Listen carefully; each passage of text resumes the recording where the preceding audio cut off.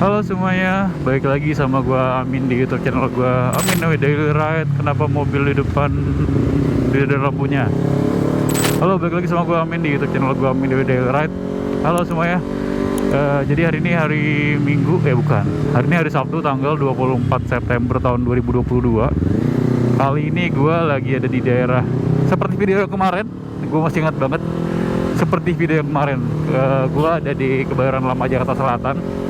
Hari ini gue mau ngiter-ngiter aja di daerah Wonoginda, sembari gue mau ngebahas tentang kalau lu punya uang 40 juta, motor apa yang lu beli? CBR lagi, motor 250 cc second ataupun 150 cc yang baru. Ini konteksnya motor sport ya.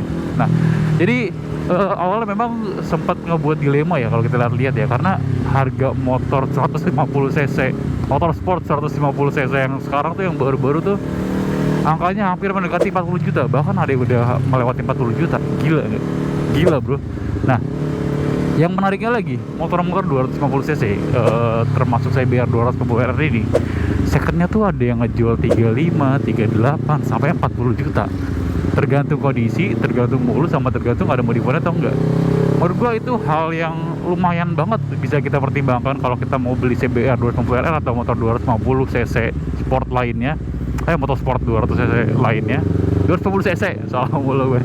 Nah, buat kalian yang bingung atau buat kalian yang kayaknya pusing mau milih motor 150 cc atau 250 cc yang second, nah di sini gue bakal ngebahas dari 3 poin. Yang pertama adalah poin fungsionalitas ya. Tentu saja kalau kalian beli motor, tentu yang dipertimbangkan adalah fungsi. Udah rame banget. Tentu yang dipertimbangkan adalah fungsionalitasnya. Ya nggak mungkin lo beli motor cuma buat gaya-gaya doang sih, kecuali kalau memang bokap lo kaya, nyokap lo kaya, terus lo beli motor kayak mau lo aja gitu. Nah, yang pertama dipertimbangkan adalah fungsionalitasnya. Nah, apakah lo ngebeli motor ini buat harian, atau kalau beli motor ini buat hobi, atau kalau beli motor ini cuma buat pajang-pajang doang di rumah? Nah gitu, pertanyaannya balik lagi ke diri sendiri nih, lo butuh motor buat apa dulu? Jadi nggak semua motor tuh cocok buat lo. Kalau lo beli motor buat harian, nah pertimbangannya adalah motornya yang ringan, bensinnya awet, terus lincah, bisa gampang dibawa kemana-mana dan segala macem. Nah kalian bisa jatuhkan pilihannya kepada CBR 150R. Memang kalau secara harga baru ya, kalau secara harga sih mahal sih, tapi balik lagi ke fungsinya, balik lagi ke kegunaan dari awalnya lu butuh buat apa gitu. Karena itu kalau lu memang butuh buat hobi, terus kayak buat gue udah punya motor 150 cc, gue udah punya motor matic buat harian, nah kali ini gue mempertimbangkan buat beli motor 250 cc second, nah itu boleh aja. Karena lu kalau bawa 2,5 ya, ini pengalaman gue, itu cukup sulit buat dibawa harian ya, kecuali lu kayak gua, kantor yang gak terlalu jauh. Yang pertama, lu main yang gak jauh-jauh. Dan yang ketiga yang paling penting adalah kantor lu ada parkiran basementnya sendiri ya, nggak numpang di kebanyakan ada yang di ruko-ruko dan segala macam. Itu sangat-sangat menurut gua menyiksa sekali gitu kan. Nah itu kalau lu pakai 20, lu maksain beli 250 cc buat harian, lu harus parkir ke mall, parkir ke ruko, parkir kemana-mana, itu tuh susah cuy menurut gua. Bahkan sekelas CBR yang sekelas lagi, maksud gue ya, bahkan CBR yang bodinya kayaknya ramping gini aja itu tuh sulit banget buat parkir, muter balik dan sebagainya. Apalagi lu beli jadi 2,5 ZX 25R buat harian, itu sih agak-agak cukup dipertanyakan sih sebenarnya. Nah makanya kalau lu memang butuhnya buat harian, lincah dan segala macam, saran gua banget lu beli CBR 150R. Tapi kalau nggak buat motor harian banget, lu bisa pilih 250RR atau motor 250 cc lainnya yang menurut gue cukup worth it buat dibeli gitu kan. Nah itu dari segi fungsionalitasnya. Dan jangan lupa, kalau kalian yang memang awalnya pertama kali beli motorsport, pertama kali lu punya motorsport, gue nggak saranin kalian buat langsung pegang 2,5 karena bakal cukup membahayakan buat kalian. Mungkin kalian yang biasa pakai matic 150 cc terus cobain motorsport 250 cc, itu tuh cukup deg-degan rasanya gitu kan. Gue aja yang dulu gue pakai apa ya, dulu gue pakai matic 110 cc lah, Honda Speci, Honda Beat, dan lain-lain. Gue nyobain GSX 150 aja gue langsung deg-degan banget sumpah gitu kan. Torsinya kencang banget, larinya kencang banget, kagok buat ngerem, kagok buat belok, sumpah. Itu aja baru dari motor matic ke motor 150 cc. Apalagi lu yang awalnya naik matic terus langsung ke 2,5, menurut gue itu agak-agak serem sih gitu. Jadi mending lu ke 150 cc dulu baru ntar naik ke 250 cc something gitu kan. Itu perlu dipertimbangkan juga. Terus tinggi badan sama proporsional berat badan lu itu ngaruh juga. Karena awalnya gue pede-pede aja gue beli motor CBR 2,5 ini. Terus gue rasa gue orangnya tinggi kok, jadi gue nyampe dan gak begitu masalah buat gue. Ternyata ada beberapa hal yang gue baru ketahui setelah beli motor ini adalah ketika lu muter balik ataupun ketika lu lebih tepatnya muter balik terus turunan. Nah gini nih, misalkan lu belok ke kanan gitu terus ke kanannya turunan gitu. Itu kalau lu oleng terus ngeslip gitu, kaki lu tuh nahannya berat banget cuy. Karena kan gue orangnya tinggi kurus ya, jadi proporsional badan gue tinggi kurus, jadi itu berasa banget buat gue. Cukup kaget sih, nggak jatuh juga, tapi kayak kaget aja gitu, kayak woi gitu. Apalagi mungkin kalian yang mungkin tinggi badannya di bawah gua dan berat badan juga di bawah gua. BTW gua tinggi gua 180 cm, terus berat gua sekitar 65an kilogram anjir. Kilogram? What the fuck? Oh gua salah kenapa laut ini anjir. Oke, nah itu aja gua masih ngerasa kayak agak-agak apa ya? Kayak masih harus butuh tenaga yang kurang lebih ekstra sih gitu kan buat menopang motor ini. Apalagi kalau kalian yang berat badan dan tinggi jadi bawah gua, itu perlu kalian pertimbangkan juga buat beli motor ini gitu kan. Nah itu dari segi fungsionalitasnya. Nah sebenarnya gue malas banget sih gue ngobrol sambil macet-macetan gini, tapi gimana ya, gue tadi harusnya belok tuh, salah gue saking asiknya ngobrol tadi nggak belok. Gue tahu di sini bakal macet cuy, makanya di sini tuh nggak ada jalanan lagi. Ya lu mau kamu harus menikmati macetan ini gitu kan. Wow. Kan lu kenapa ke kanan deh bang?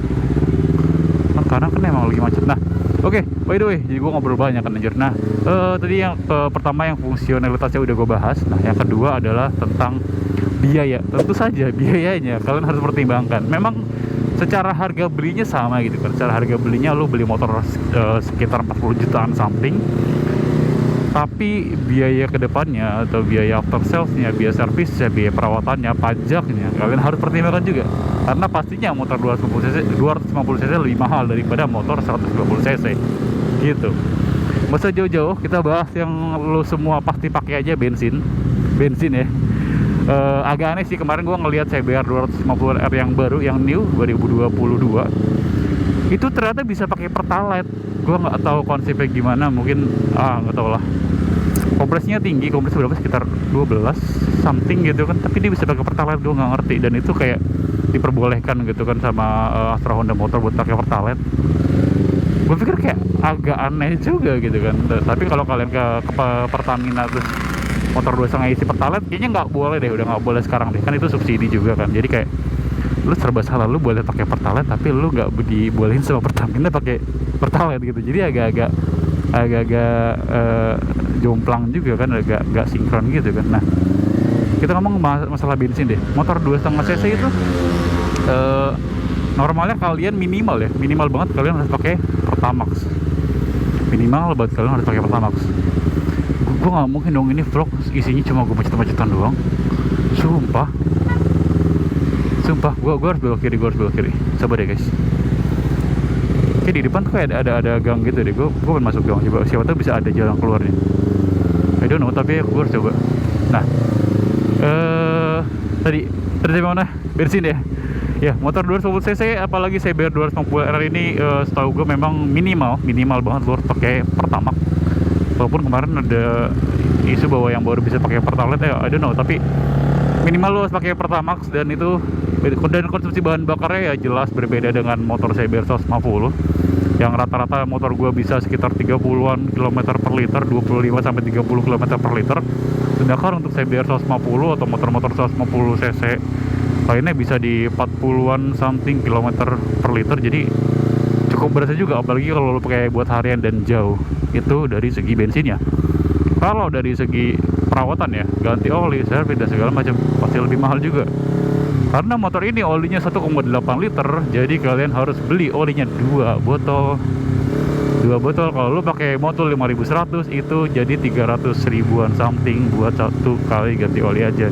Belum filter udaranya, Iya, kalau gue pakai Velox filter udaranya, jadi gue nggak perlu ganti setiap waktu gitu kan. Apalagi apalagi filter olinya itu berapa ya, kalau nggak salah sekitar 250.000 satu biji. 250.000 apa 300.000 gitu. Gue lihat di Honda Cengkareng harga sekitar segitu, dan mahal banget pak, mahal banget ternyata ya kan. Gue mah bingung sama harga motor CBR gitu kan yang 250, nggak ngerti lagi gitu kan. Pokoknya kalau dari segi perawatan mungkin bisa 2 kali lipatnya dari harga perawatan motor CBR 150 atau motor 150 cc lainnya, dan itu perlu jadi pertimbangan juga buat lo. Nah, itu poin dari segi biaya after sales-nya. Nah, yang ketiga atau poin terakhir dari gua adalah ketika lo mau jual lagi motor CBR-nya. Yes, bener sekali. Jadi mungkin kalian tipikalnya kayak gua, orangnya bosenan, jadi nggak pernah lama punya barang gitu kan. Gue nggak tahu kenapa gue orangnya kayak gitu. Kalau lo orangnya bosenan terus kayak apa ya, suka gonta-ganti barang, gonta-ganti body, gonta-ganti modifan segala macam, yang lo pertimbangkan adalah harga jual kembalinya yang cukup masih masuk akal dan masih tergolong bagus.